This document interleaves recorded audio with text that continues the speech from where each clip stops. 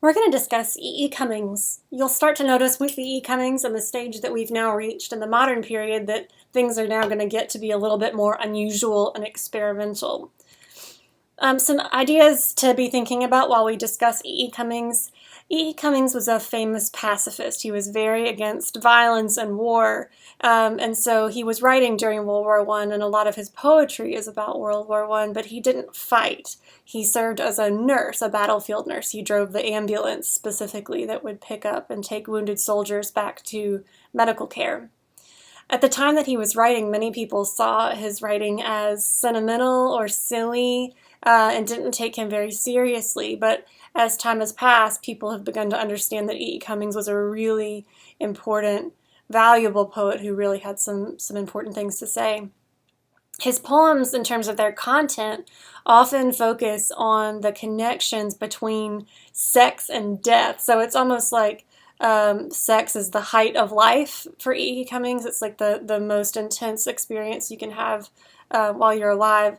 And so it's sort of like comparing life and death, or seeing how life and death meet up. Finally, you'll notice just by looking at his poems that he is really experimental. He's experimenting with syntax, punctuation, so sometimes he punctuates things strangely or not at all.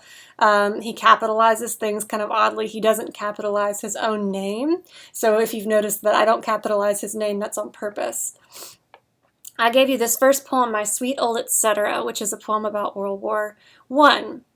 Let's look at this together. Now, there's no punctuation in this poem, at least not traditional punctuation, so you kind of have to read it out loud to hear where it's supposed to begin and end. My sweet old etc. Aunt Lucy during the recent war could, and what is more, did tell you just what everybody was fighting for. Okay, so we're going to get a list of family members here reacting to the war. Aunt Lucy, one of the first family members, likes to tell everybody what the war is all about, even though, again, remember, nobody really understood World War I, and there was no clean reason to be fighting it. But Aunt Lucy likes to kind of brag that she knows everything about the war. My sister Isabel created hundreds and hundreds of socks, not to mention shirts, flea-proof ear warmers, etc., wristers, etc. Okay, so his sister Isabel knits socks and things to send to the soldiers on the front line, so she likes to feel like she's involved in volunteering. My mother hoped that I would die, etc., bravely, of course. So notice it says my mother hoped that I would die. Now he says etc. He means, my mother hoped that I would die in battle, but of course bravely. His mother doesn't want him to die just any old way in battle, bravely. My father used to become hoarse, talking about how it was a privilege, and if only he could. Right, so you probably heard older men saying, oh man, if I could, go fight in this battle, I would be so courageous. So the father's conveniently too old to fight, but he likes to talk about how he would if he could. Notice the internal rhyming here with coarse and horse. They don't rhyme at the ends of the lines, but he often plays with internal rhyme.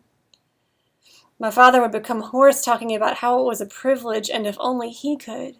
Meanwhile, myself, etc., lay quietly in the deep mud, etc., dreaming, etc., of your smile, eyes, knees, and of your, etc. Okay, so we get kind of a shift from the people at home, Aunt Lucy, the sister, the father, the mother, who all see war as this kind of noble, far-off thing.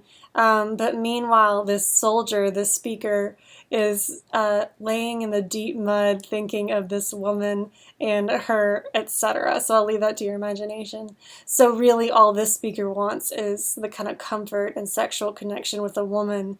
So this is a really great example of how E. Cummings saw sex and intimacy as superior to and an answer to war.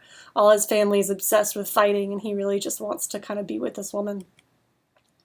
The next poem I gave you, Pity This Bitty Monster, Manunkind. This is a poem in which Cummings is addressing what he thinks is a huge problem in society, which is technology and industrialism. So again, he's kind of an environmentalist, he's a pacifist, and he wants us to kind of just leave the earth alone and stop trying to analyze it to death. He says, pity this busy monster, manunkind, not, so don't pity it. Progress is a comfortable disease. Your victim, death and life safely beyond, plays with the bigness of his littleness. So he's saying progress is just, it's like a sickness, and all we've done with progress is make life into a victim. Electrons deify one razor blade into a mountain range. Lenses extend unwished through curving where, when, till unwished returns on itself. So if you've ever looked through an electron microscope, even if you looked at something as straight as a razor blade, you would see the imperfections in it. So that's where you get this image of seeing this microscope turning a razor blade into a mountain range, because you can see all the little chips in it.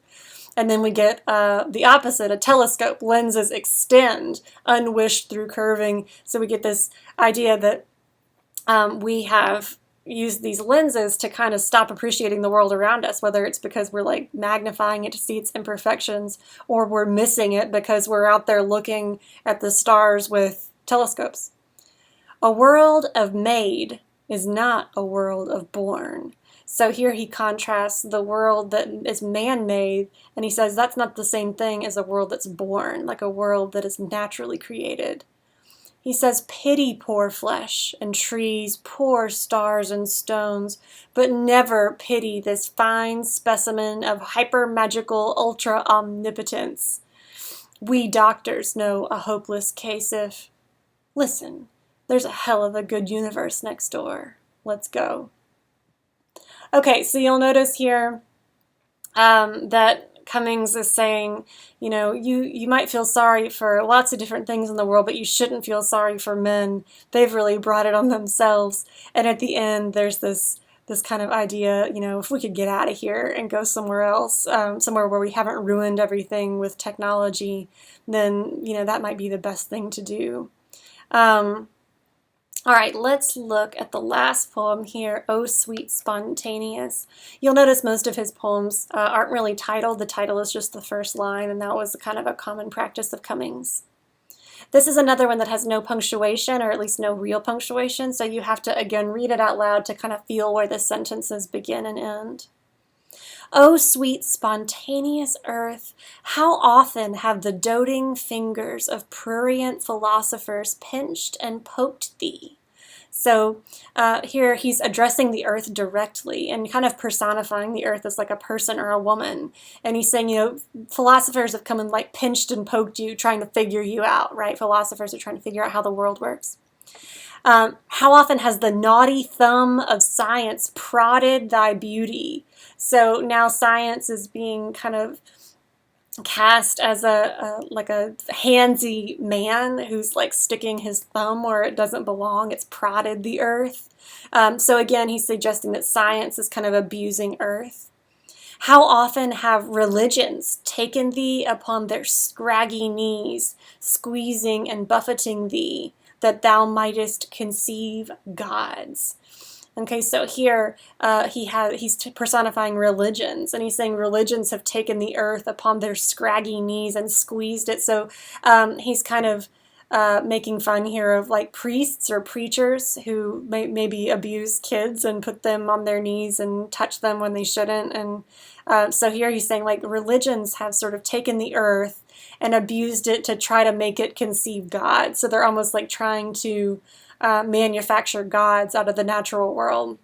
So notice we've had a list here, philosophers, scientists, and religion, who in Cummings' opinion have all really kind of abused the earth. But true to the incomparable couch of death, thy rhythmic lover, thou answerest them only with spring. Okay, so let's talk about that. He says, he calls death Earth's rhythmic lover. So even though Earth is being kind of abused, sexually abused by all of these other parties, philosophers, scientists, and religions, Earth's real lover is death. So remember, life and death for Cummings, sex and death, earth and death, really kind of go hand in hand. They make a pattern and a cycle.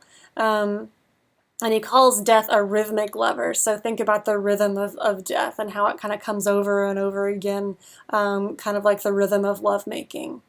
And he says, you know, these men try to do all this stuff to you, these philosophers and scientists and religions. They try to impregnate you with gods and all this stuff, but you answer them only with spring. So the earth does not care what anybody tries to make of it. It's just going to keep doing its beautiful natural job, which is to create spring over and over again.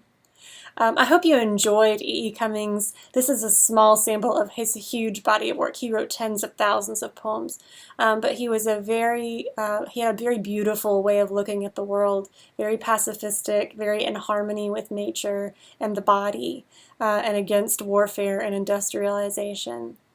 So feel free to look up more of his work if you're interested in him. He might make a great paper topic for you.